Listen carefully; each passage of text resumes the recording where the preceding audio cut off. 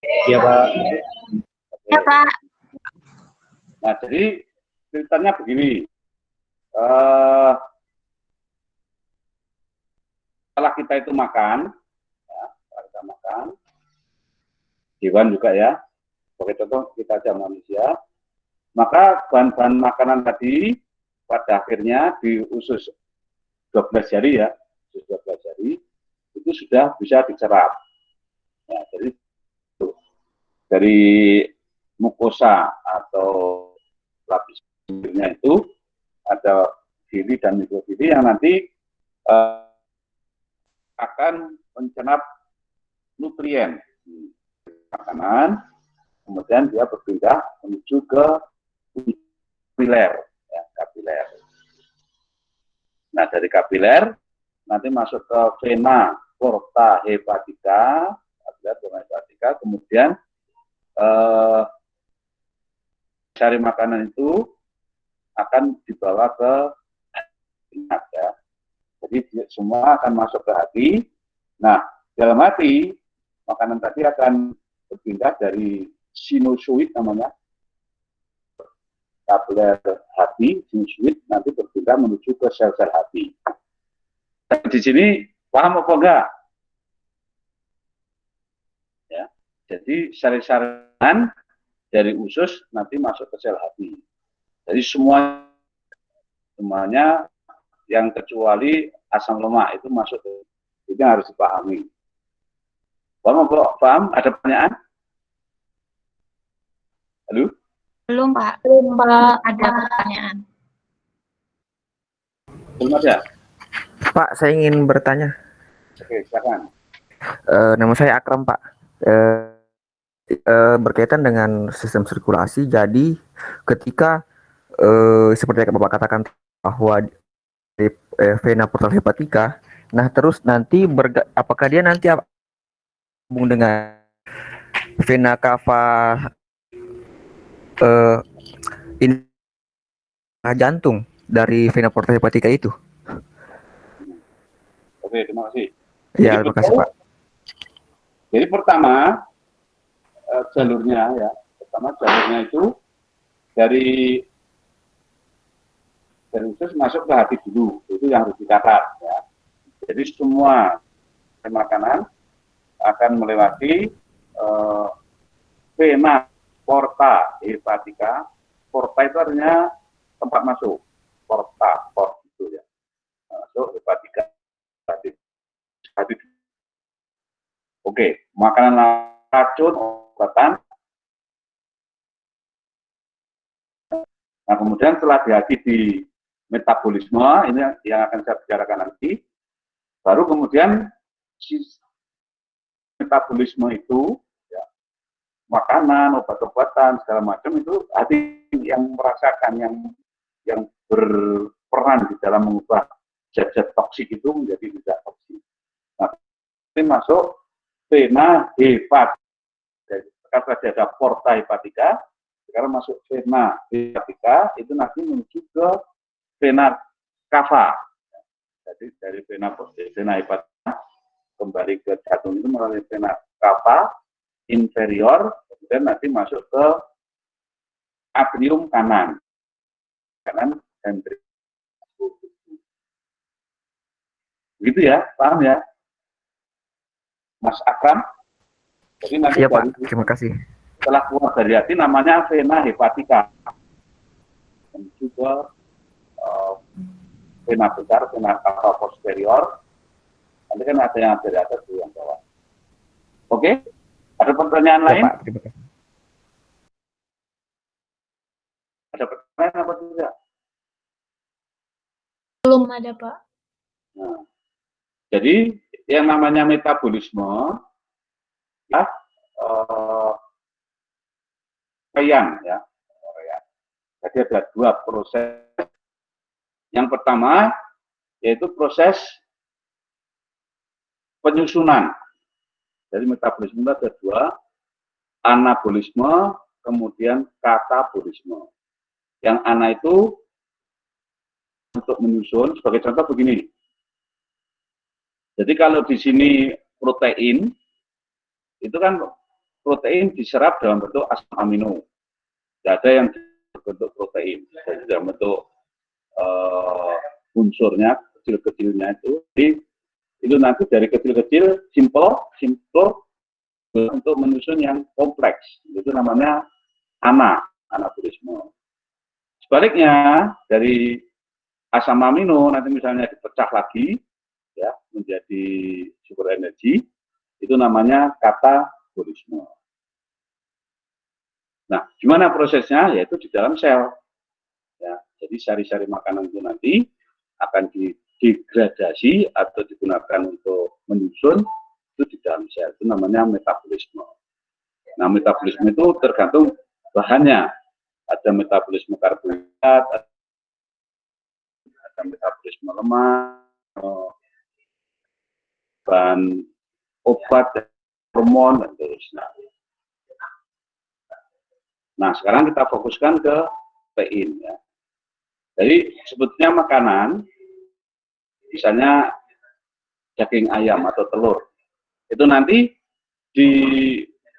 dipecah menjadi protein dari asam amino, nanti di dalam tubuh digunakan untuk menyusun protein lagi, daging, menyusun otot, tulang, dan seterusnya. Ya. Atau pecah menjadi bahan-bahan yang merupakan protein sebagai sumber energi misalnya. Nah, protein tersebut dicerna oleh tubuh melalui pencernaan yang kemudian diserap melalui usus hepatika ke hati, sirkulasi darah, kemudian nanti ke seluruh tubuh, kembali dulu ke vena hepatika,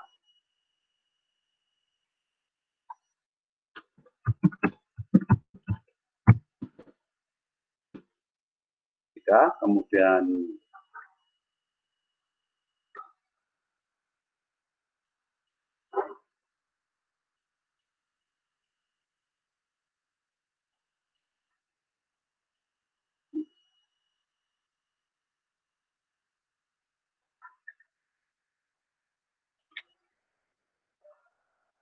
jantung,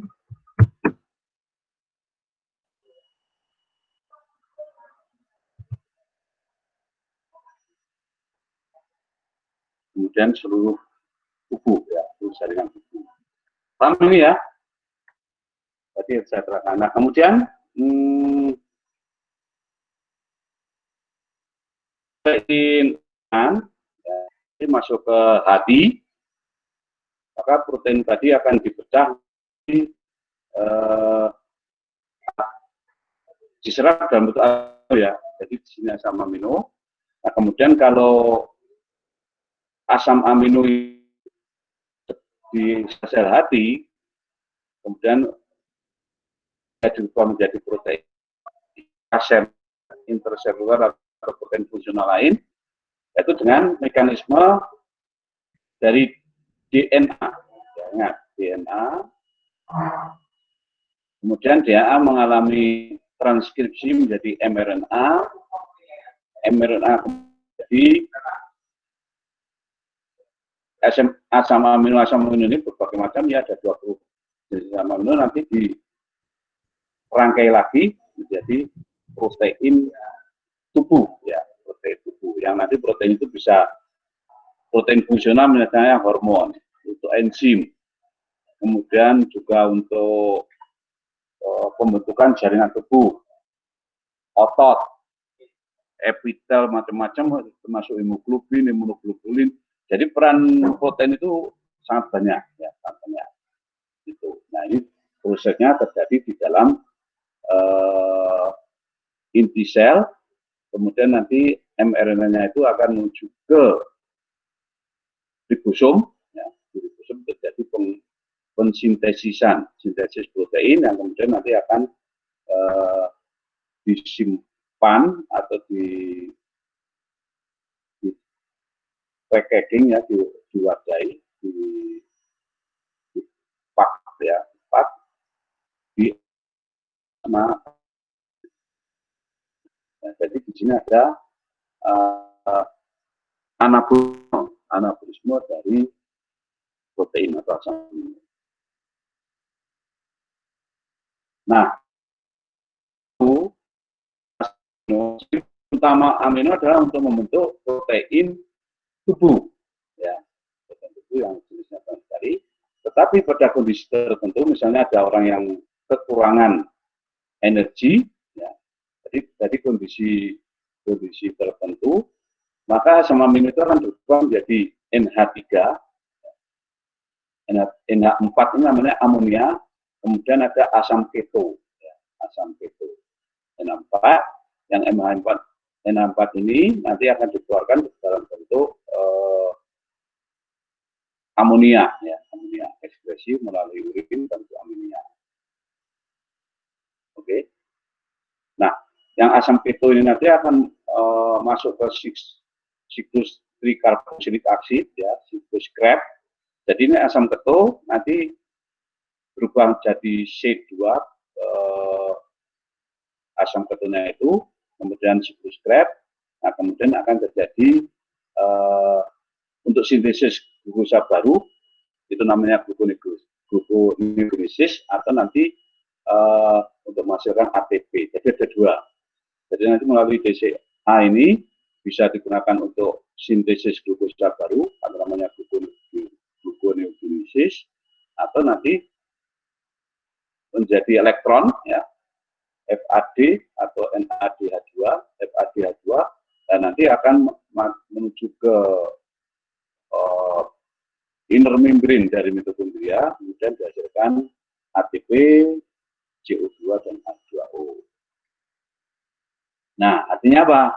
Bahwa asam amino pada kondisi tertentu bisa digunakan sebagai penghasil ATP, atau menghasilkan glukosa, atau dibuang. Ya. Jadi hasil metabolisme dari asam amino itu adalah amonia yang nanti dibuang. Makanya pada urin itu banyak terdapat amonia. Ya. Yang kadang-kala kalau konsumsi misalnya hewan sapi, urinnya ditampung nanti bisa digunakan sebagai pupuk, ya, sebagai pupuk cair. Mungkin sampai di sini ada yang kurang jelas atau yang perlu ditanyakan? Saya lagi Pak ingin bertanya. Siapa? Akan juga?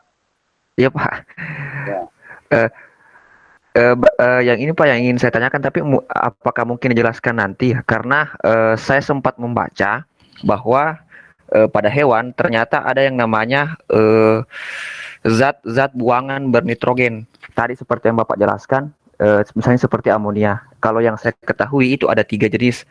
Ada yang amonia, kemudian ada urea, dan kemudian asam urat. Terus ya? Nah, pertanyaan saya, apakah ketiga zat buangan ini itu dimiliki oleh masing-masing hewan, atau hanya salah satu, atau sebagian saja yang dibuang dalam bentuk-bentuk tersebut, Pak? Karena misalnya begini, seperti amonia menurut yang saya baca itu lebih banyak pada hewan-hewan yang akuatik, karena dia bisa larut dalam air. Kalau urea misalnya seperti pada mamalia, kalau asam urat seperti pada burung. Tapi yang saya ketahui baru sampai sebatas itu. Apakah juga misalnya ketiga-tiga itu juga terdapat pada masing-masing hewan atau bagaimana, Pak? Terima kasih. Betul ya, jadi untuk kalau kita bicara ke masing-masing spesies hewan, masing-masing punya cara atau masing-masing mempunyai perbedaan dan keunggulan. Jadi tadi betul, misalnya pada ayam itu lebih ke itu asam uratnya itu dalam bentuk kayak pasta itu yang putih itu pada ayam atau pada unggas dan juga pada urat-urat. Ya. Kemudian pada ikan itu bisa jadi yang dominan malah dalam bentuk amonia. Ya. Kemudian pada burung, ya, itu bisa jadi urea. Jadi intinya hampir sama ya. Jadi asalnya ya itu dari protein makanan. Nah, protein makanan yang kemudian setelah digesti nanti akan dihasilkan asam amino. Nah, kemudian dari asam amino itu nanti akan diubah menjadi ini sebagai sumber tenaga, energi, glukosa atau ATP, bisa juga nanti menjadi amonia. Nah, yang amonia ini akan asam amino itu kan ada gugus aminanya ya, NH3. Nah, itu nanti akan mengalami pelepasan. Jadi kalau rumus umumnya kan CHO NSP ya. CHO-nya itu hampir sama antara karbohidrat, lemak, dan protein. Tetapi kalau protein itu ada nitrogen, kadang-kadang ada sulfur, kadang-kadang fosfat. Nah, yang N-nya ini nanti dilepas. Ya, namanya deaminasi. Deaminasi. Jadi D itu penghilangan, amina itu gugus amina. Nah, CHO-nya itu nanti masuk ke sini nih, ya, itu scrap, kemudian dihasilkan glukosa baru, atau dalam bentuk ATP, CO2, dan H2O. Nah, NH-nya ini yang akan nanti kalau nggak dibuang jadi masalah. Maka ini nanti bisa menjadi asam urat, ya, tergantung hewannya, urea atau amonia. Ya. Tergantung jenis nefornya ini ya. Jenis ginjalnya, yang nanti akan menghasilkan itu. Nah, jadi pada ginjal itu nanti ada sekresi, kan setelah filtrasi, kumur lurus, kemudian nanti yang menentukan jenis-jenis ekskresinya bentuk apa itu kan ada lengkung Henle, ya, ada lengkung Henle, kemudian ada lengkung distal. Oke, begitu. Ada pertanyaan lain? Baik Pak, terima kasih banyak. Oke.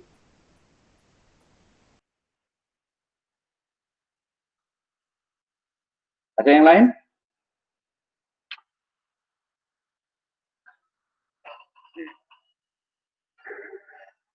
Nah, Anda lihat di sini, ya.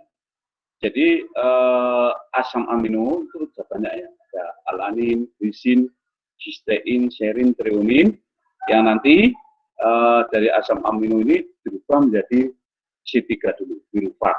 Ya. Pirufat. Nah, C3 ini bisa jadi tadi ke asetil-CoA, scrap, TCA tadi, atau pirufat kembali ke glukosa. Ya. Jadi dari C3 kembali ke C6. Ya, C6. Paham ini ya? Nah, di sini sebenarnya tidak langsung, tapi ada beberapa step yang akhirnya nanti produknya itu adalah glukosa. Nah, ini alanin, lisin, sistein, serin, treonin ini bahan mahal. Jadi dilakukan oleh tubuh manakala pada kondisi yang darurat. Ya, darurat, ingat, jadi darurat. Tapi pada kondisi yang normal, nggak bakalan protein ini atau asam amino ini berubah menjadi glukosa ataupun berubah menjadi asetil-CoA. Tapi ini nanti akan digunakan untuk apa? Yaitu untuk sintesis protein baru. Ya, melalui perintah DNA, kemudian mRNA transkripsi, kemudian mRNA menjadi protein di dalam ribosom namanya translasi, gitu guys ya. Jadi itu namanya ekspresi gena. Jadi alanin itu bahannya. Jadi nanti misalnya C3 tripletnya itu CCG itu ada alanin, lisin tentunya. Itu nanti sesuai perintah dengan kodon dari DNA. Oke ya, kodon dari DNA menjadi mRNA. mRNA nanti keluar dari inti menuju ke ribosom. Itu yang disebut dengan antikodon. Itu di rRNA-nya ya, di ribosom RNA. Oke. Nah, itu yang metabolisme asam amino menjadi protein. Ya, jadi kalau kita makan telur, jadinya ini susu dan seterusnya nanti digunakan untuk menyusun otot, daging, hormon dan seterusnya. Maka karena itu kalau tubuh itu kekurangan ini asam amino, maka daya tahan tubuh itu akan turun. Mengapa? Karena daya tahan tubuh itu kan dimotori oleh zat kebal atau namanya globulin, imunoglobulin. Kemudian sel-sel darah putih itu yang kita bahas kemarin. Itu kalau orang itu kurang protein, efeknya ke situ dan banyak lagi. Ya, jadi orang yang rentan mudah sakit itu karena kekurangan intake asam amino. Paham ya? Paham di sini? Ya, jadi fungsi utama protein itu untuk membentuk protein tubuh. Ya, protein tubuh itu macamnya banyak sekali. Contoh aja begini. Jadi kalau kita melihat membran sel, ya, struktur membran sel, maka di situ ada namanya protein integral, ada protein perifer, ada protein macam-macam, enzimnya juga, enzim intramembran. Maka begitu kompleksnya ya, yang namanya membran sel itu karena di situ ada protein-protein molekuler. Pindah lagi misalnya membran kemudian ke plasma darah. Ya, plasma darah, di situ ada protein-protein plasma, albumin, globulin, fibrinogrin. Ya, itu yang juga sangat menentukan osmolaritas. Osmolaritas itu tekanan darah, ya. Artinya keseimbangan antara jumlah air di pembuluh darah sama air di jaringan. Ada protein plasma. Kemudian nanti masuk ke eritrosit, di situ ada membran eritrositnya, kemudian ada hemoglobin. Hemoglobin itu juga susun atas protein. Ya. Jadi begitu pentingnya asupan asam amino atau protein ini bagi kelangsungan hidup, ya, kelangsungan hidup suatu hewan atau organisme. Ada pertanyaan? Nah, kalau nggak ada, kita kembali ke tadi. Saya ingin bertanya lagi, Pak. Silakan. Ya, terima kasih. Kalau yang saya pahami, Pak, kalau untuk iya Pak Akram. Ya. Untuk siklus asam sitrat, memang dia lebih kalau misalnya dari tahap glikolisis untuk yang glukosa, yang saya pahami bahwa dia bisa menghasilkan NADH yang nanti akan diproses di transfer elektron. Nah, di gambar yang Bapak jelaskan ini, di sini juga ada dihasilkan glukosa. Berarti apakah siklus asam sitrat juga bisa menghasilkan glukosa, Pak? Karena yang saya pahami kalau siklus asam sitrat kan memang dia siklus asam yang di mana siklusnya itu terjadi proses sintesis pembentukan NADH itu. Di sini ada panah yang mengarahkan ke glukosa. Saya baru dapat informasi ini, Pak. Mungkin bisa dijelaskan. Kemudian di sini juga ada tanda pirufat. Di sini ada 2 panah, Pak. Kalau yang untuk ke asetil koenzim A, ini kalau tidak salah kan dia dalam proses yang namanya dekarboksilasi oksidatif. Saya pahami gitu.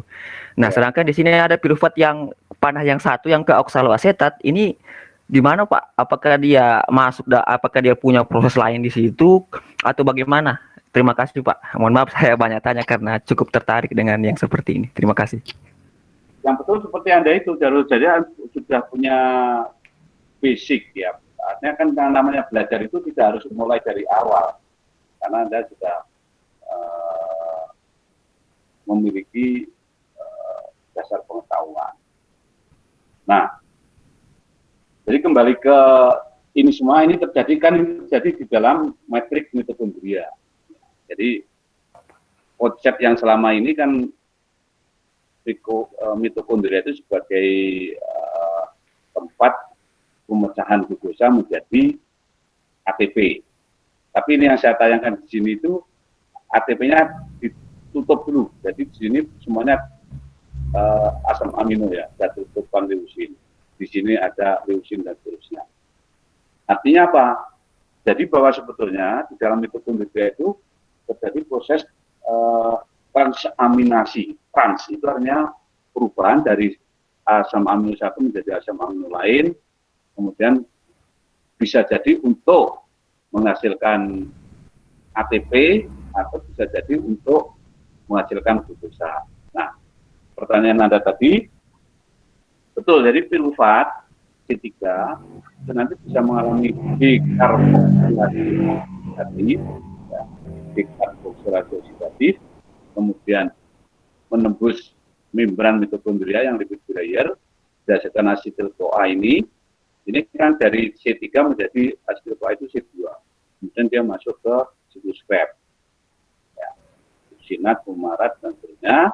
Nah, sini tidak dimunculkan, tapi nanti kita tayangkan ya. Jadi ini yang muncul di sini yang terkait dengan sintesis glukosa, kemudian asam amino. Nah, jadi di sini asetil CoA itu nanti piruvatnya ini yang nanti akan bergabung C3 dengan C3 kemudian menjadi glukosa. Nah, ini yang disebut dengan gluconeogenesis, gitu deh. Gluconeogenesis. Nah, artinya apa? Pembentukan glukosa dari bahan ini asam amino, dari asparagin, aspartat, tirosin, dan seterusnya. Tapi ingat, dicatat bahwa perombakan atau conversion of amino acid menjadi glukosa ini pada kondisi darurat, pada kondisi darurat, tidak setiap hari. Nah, asetil CoA nanti masuk substrat, dari asetil CoA ini bisa menjadi acetoacetat, ya. Kemudian nanti akan menghasilkan keton bodies, ya, benda-benda keton. Ini khususnya yang nanti terkait dengan asam lemak. Jadi kalau acetoacetat ini asam lemak, maka nanti pemecahannya, ya, nanti akan menjadi namanya benda-benda keton. Nah, ini yang bisa kita ketahui apabila sudah terjadi benda keton itu pada urin tadi, selain amonia kemudian urea juga dihasilkan semacam aston. Aston itu kayak ipek, itu kayak larut cat, itu jadi baunya harum. Aston. Jadi kalau seseorang misalnya dengan kondisi diabetes, ya, parah, mungkin kelaparan yang parah, maka nanti orang itu akan mengubah ini asam amino menjadi glukosa, kemudian dihasilkan benda keton. Jadi kondisi daruratnya itu misalnya pada orang yang menderita diabetes yang tidak dikontrol. Nah, Anda perhatikan di sini pada asetil CoA itu selain dari alanin, glycine, cystein, serin, treonin, juga bisa dari triptofan, leucin, isoleucin. Jadi yang leucin ini yang non esensial, ada yang bisa disintesis dalam tubuh. Jadi asam amino itu bisa dibuat atau diubah dari asam amino lainnya. Misalnya alanin nanti diubah menjadi serin dan sebagainya, tergantung kebutuhannya. Kemudian acetoacetat itu bisa dibuat dari leucin, lisin, fenilalanin, dan tirosin. Nah, kemudian yang alfa kloributiraat itu dari glutamat, vitamin, dan seterusnya.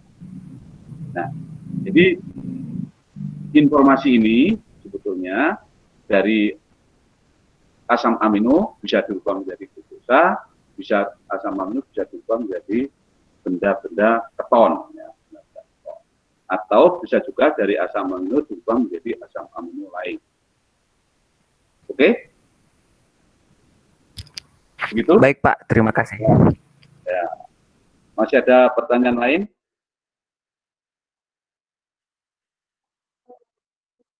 Dari siapa ya?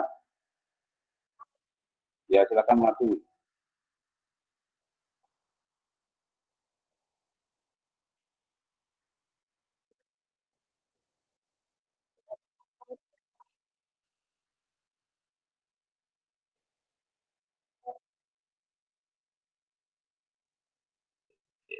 Ya, maaf, saya meluruskan dulu. Maksudnya yang saya katakan ini tidak setiap saat itu yang ini.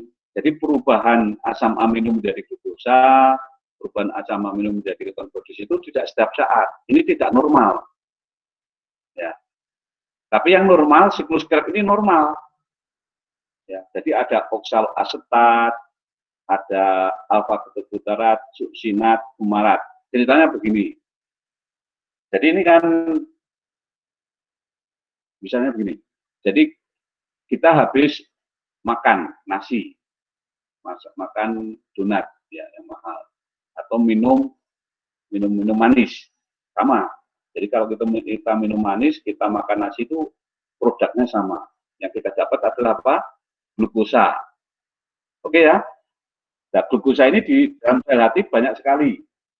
Maka nanti kalau berlebih, orang yang gemuk ya, obesitas itu nanti banyak butir-butir glukosa ini. Jadi di sini nanti akan dirubah menjadi namanya glikogen. Ditulis. Perubahan glukosa menjadi glikogen itu namanya glikogenesis. Ditulis. Glikogenesis. Oke. Jadi Anda bayangkan di dalam sel hati yang dibatasi oleh membran itu tapi itu bukan organel tapi inklusi atau butir-butir ya, butir glikogen yang itu merupakan cadangan glukosa. Oke, nah itu kalau misalnya berlebih nanti glukosa itu akan berubah menjadi lemak ini, kayak asetoasetat kemudian menjadi lemak. Ya. Tidak bisa menjadi protein mungkin sedikit ya. Nah, untuk masuk ke dalam sel ini, glukosa itu harus diangkut menggunakan namanya protein karier dan hormon insulin. Ini yang problemnya, masalahnya terkait dengan diabetes. Saya ulang ya. Jadi nanti sebelum misalnya ini sel tubuh, sel hati, ya, sebagai contoh sel hati, maka glukosa itu nanti tidak serta-merta bisa masuk ke dalam sel. Ingat, tidak serta-merta. Tetapi dia harus diangkut ya oleh protein karier tadi. Protein karier difasilitasi oleh hormon insulin. Itu yang menghasilkan sel beta pankreas, hormon insulin. Prosesnya namanya difusi terfasilitasi. Difusi terfasilitasi. Nah, habis makan, itu nanti kalau dicek, kadar gulanya pasti naik. Gula darah namanya ya. Naik sampai 200. Nah, kalau naik nanti ya, tubuh akan mengeluarkan insulin tadi, memindah glukosa di dalam sel. Nah, akibatnya apa? Di dalam sel juga menjadi naik. Kecuali kalau orang yang lapar. Kalau yang lapar, glukosa ini segera dipecah. Jadi pirufat menjadi masuk siklosurat, asetil-CoA, kemudian dihasilkan ATP. Tapi kalau orang yang makannya banyak ya, kurang bergerak, kurang olahraga, maka glukosa itu nanti akan berubah menjadi glikogen. Oke.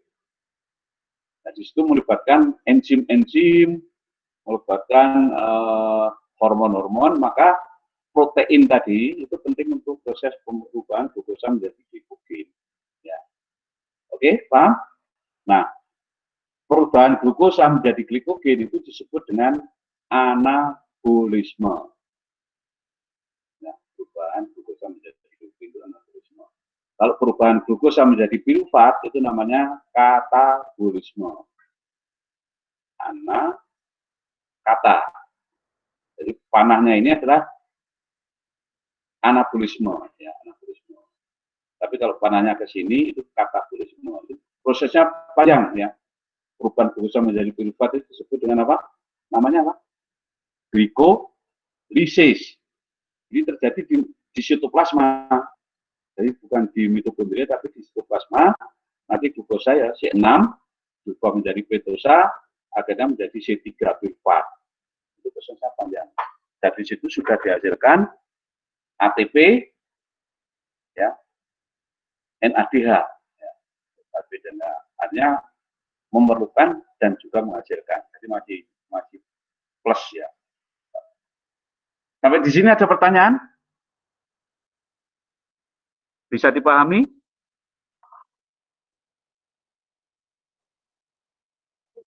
Ya iya, yang lainnya ada Pak pertanyaan apa? Belum, Pak. Belum, berarti nggak paham. Nah, jadi nanti glukosa menjadi pirufat itu glikolisis ya namanya ya. Ya. Nah, kemudian nanti pirufat itu akan mengalami dekarboksilasi oksidatif, kemudian menjadi asetil-CoA ini masuk ke membran.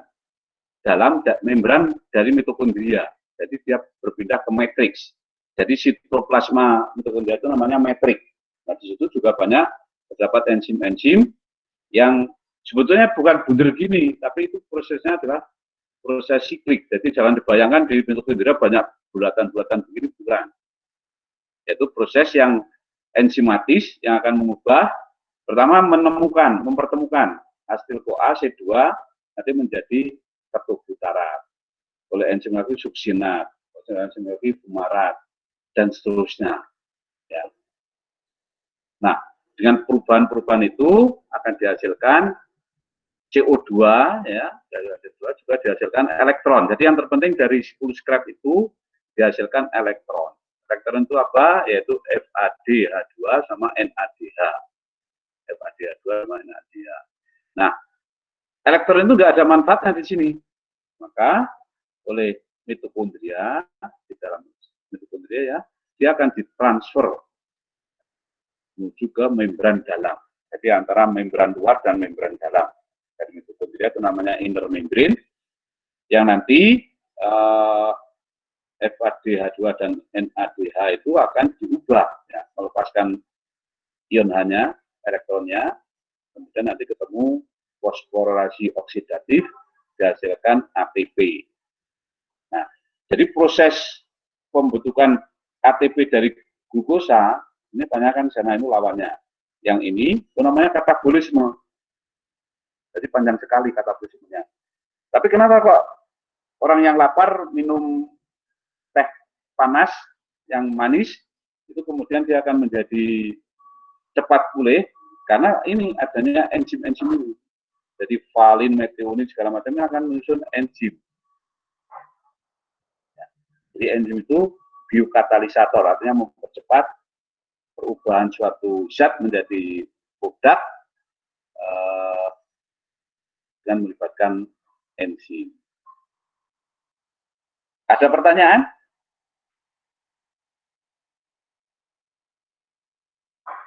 Nah, kemudian, ya, silakan. Ya, saya ingin bertanya, Pak. Apa Teopil ini ya? Ya, Pak. Ya. How are you, Phil?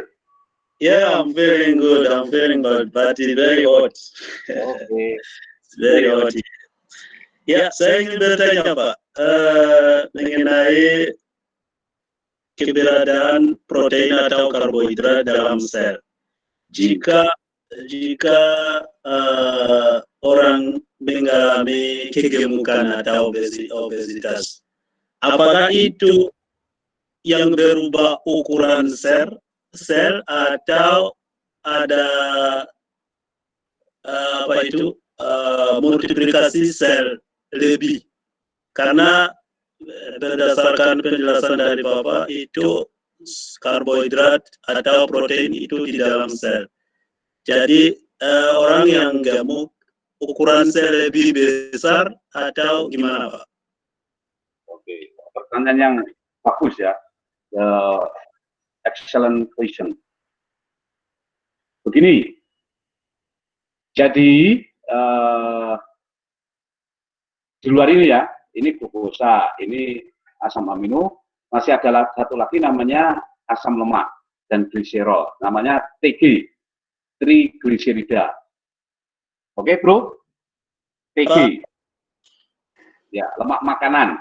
Jadi nanti lemak itu setelah lemak makanan, setelah dicerna, kemudian nanti digabungkan lagi. Jadi namanya lemak tubuh. Itu namanya TG, trigliserida. Ingat, bahwa lemak tubuh itu disimpan selain di plasma darah, namanya jaringan lemak, adiposa ya, adiposa. Yeah. Adiposa, jaringan lemak. Jadi ini, maaf kalau kita bicara tentang suku ya, tentang ini, ya contoh aja si Teopil, orang Afrika, itu secara genetis jarang yang ini, yang obesitas, ya. Karena memang, atau saya yang salah ya, Teopil, termasuk orang Papua itu juga orangnya atletis ya, karena memang secara genetis jarang yang gemuk. Gitu. Nah, jadi kenapa terjadi kegemukan? Itu karena lemak tadi, ya, namanya TG tadi, nanti akan disimpan di jaringan adiposa bawah kulit, yang itu nanti akan mengalami pertama itu perbesaran volume atau namanya hipervolumia. Jadi ukurannya bertambah karena kan yang namanya sel lemak, sel adiposa itu vakulanya yang membesar. Jadi yang pertama bertambah volumenya. Yang kedua bisa jadi karena pertambahan jumlah hiperplasia. Ya, jadi, maaf, sel kanker itu atau pada orang yang tadi orang yang artritis itu ya, kan itu ototnya kan volumenya bertambah, lebih gede. Itu karena ada namanya hiperplasia. Jadi otot itu bisa bertambah jumlahnya. Tapi kalau saraf tidak bisa. Oke? Nah, selain itu jumlah sel darah merah, kemudian sel-sel yang fungsional itu juga jumlahnya berlebih.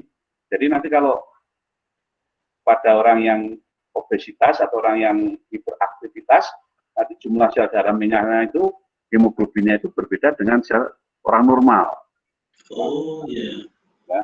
Jadi mengapa seseorang itu bisa OB istilahnya ya, itu karena penimbunan material terutama lemak ya, itu berlebihan, kemudian jumlah sel lemaknya juga bertambah ya, jumlahnya bertambah.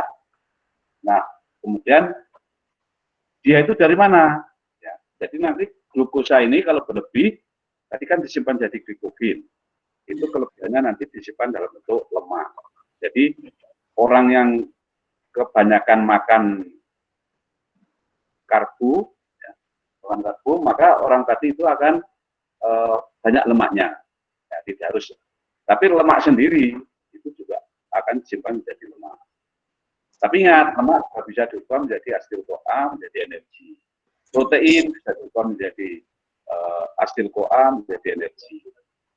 Itu ya. Jadi obesitas itu kompleks ya. Artinya pertama disebabkan oleh kelebihan karbo, kemudian bisa juga kelebihan lemak, kemudian juga bisa kelebihan karena proteinnya, tapi jarang ya, yang nanti dari lemak, kemudian dari karbo. Maka yang perlu diperhatikan itu adalah asupan makanannya. Oh iya. Kamu profil, semoga ya jelas Pak, jelas. Terima kasih banyak. Iya. Any other question? Ada pertanyaan lain? Belum ada lagi. Ya. Pak, saya mau bertanya. Oh, silakan, siapa ya? Rina, Pak. Rina. Ya, silakan Rina. Rina. Pak, apa benar air infus itu dapat menyebabkan obesitas? Terima kasih. Begini, yang namanya infus, ya ingat, infus itu ada berbagai macam jenis. Nah, yang kamu maksudkan air infus itu yang mana? Ada infus, air infus ya, ada yang asam amino, ada yang mengandung glukosa, ada yang mengandung lawar saja. Jadi misalnya kalau orang itu kekurangan air, dehidrasi, ya infusnya air saja. Ya, air dengan mineral itu, air dengan mineral. Jadi kalau yang dimaksud infus tadi itu yang untuk mengandung glukosa misalnya, ya nanti lama-kelamaan, tapi jarang masih sudah dilepas. Ya. Begini, jadi ketika kamu minum jus ya, yang ini yang produk minuman yang Anda jual, yang Anda beli di toko-toko itu kadar gulanya tinggi, atau teh nuti aja, ya, teh nuti. Itu di situ ada gula. Kalau Anda sekali sehari itu sekali sebotol itu mungkin belum ngefek ya. Tapi nanti kalau misalnya sehari 1 botol di kantin minum lagi teh manis, kemudian di rumah minum lagi teh manis, nah itu terjadi overload ya, jadi oversupply, kelebihan. Jadi ingat kalau Anda menghindari OB, maka yang harus Anda hindari adalah minuman manis, ya. Baik apapun itu yang disebut namanya gula tersembunyi. Jadi misalnya Anda minum jus ya, itu manisnya itu kadang Anda nggak merasa kalau itu minum gula, tapi itu manis. Kemudian hindari pula orang-orang yang manis-manis ya, ini nanti bisa tambah gemuk. Itu ya. Jadi kalau minum infus itu menyebabkan kegemukan itu berlebihan, karena sebelum berlebihan pun nanti infusnya telah dilepas. Oke begitu? Ya, Oke. baik Pak, terima kasih. Ya, sekarang yang terakhir ini, ya. Jadi ini adalah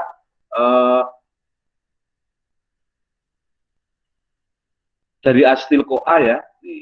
Ini sumbernya dari asam amino. Slideshow, oh ya, apa enggak kelihatan kok? Jadi di sini ya.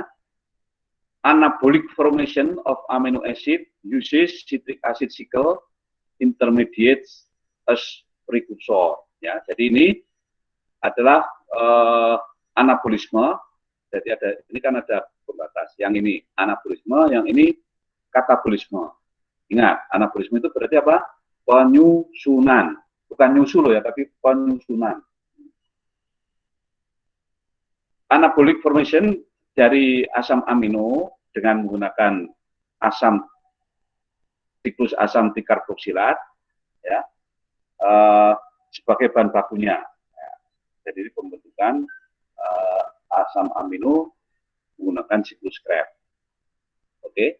Nah, jadi nanti dari tirosin, fenilalanin, leusin, lisin, triptofan itu nanti akan dirubah menjadi asetil CoA dulu. Ya, dikarboksilasi oksidatif. Kemudian asetil CoA itu nanti bisa langsung masuk ke metrik, ya, itu dirubah menjadi lisin dan leusin. Ini namanya transaminasi. Ya, perubahan asam amino dari satu bentuk ke bentuk lain. Nah, asetil CoA nanti setelah masuk ke dalam siklus Krebs, itu di dalam mitokondria ya, nanti bisa setelah jadi alfa ketobutarat nanti menjadi glutamat, pro, dan arginin. Kemudian setelah menjadi oksaloasetat, kemudian menjadi fosfoinolpirufat, fenilalanin, triptofan, dan seterusnya. Nah, jadi dari bentuk asam amino yang berbeda setelah menjadi siklus Krebs, nanti melalui senyawa-senyawa antara ini, ya, intermediate-nya ini, intermediate precursor nanti menjadi ini. Oke, nah kemudian yang katabolisme, ya, maka nanti dari asetil CoA masuk siklus Krebs, kemudian alfa ketobutarat, kemudian suksin CoA, ya, kemudian fumarat. Ini dari sini tirosin, fenilalanin bisa menjadi fumarat, valin, ilusin, metionin bisa menjadi asetil CoA, glutamin, arginin, prolin, dan histidin nanti menjadi alfa ketobutarat.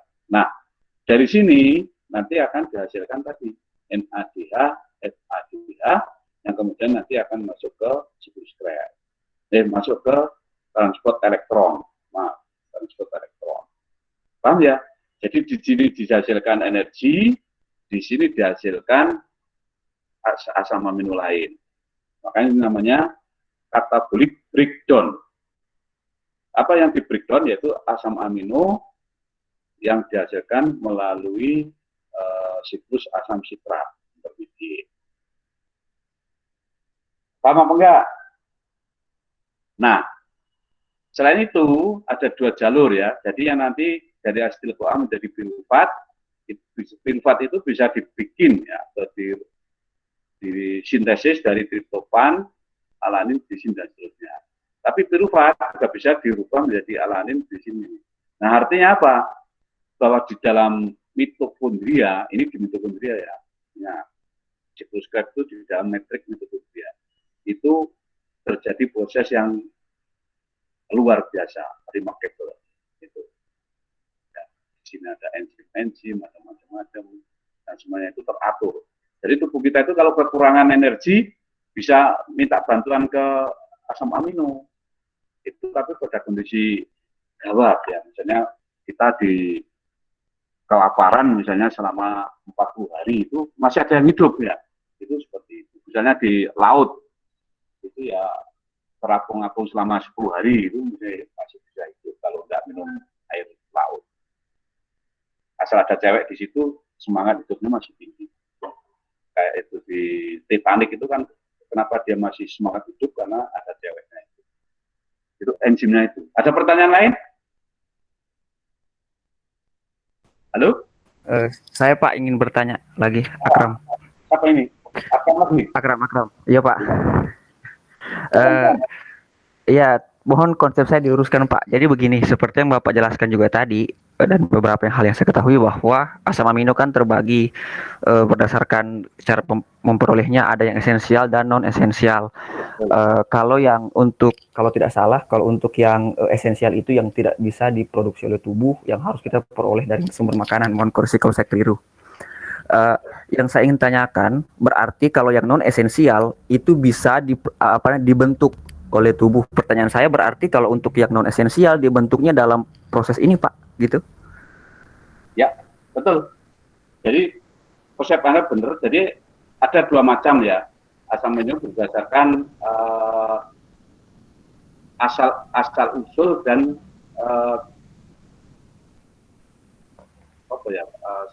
peranannya di dalam tubuh. Jadi begini. Jadi kalau asam amino itu tidak bisa dibuat oleh tubuh, ya garis bawahi. Jika asam amino itu tidak bisa dibuat oleh tubuh, ya tidak bisa dibuat, maka itu dikatakan esensial, artinya penting, esensial. Jadi harus ada di dalam makanan. Oke? Nah, kemudian yang selebihnya itu namanya non esensial. Jadi misalnya ini lisin ini bisa dibuat dari tirosin penelanin ini, nanti dia berubah dulu menjadi asid CoA, ya, kemudian nanti menjadi lisin. Kemudian ini aspartat, lisin, tironin dan semuanya itu bisa dibuat dari ini, namanya transaminasi tadi. Ya. Jadi ya asam amino yang bisa dibuat oleh tubuh atau bisa disintesis dari transaminasi itu disebut dengan non esensial. Ya, non esensial.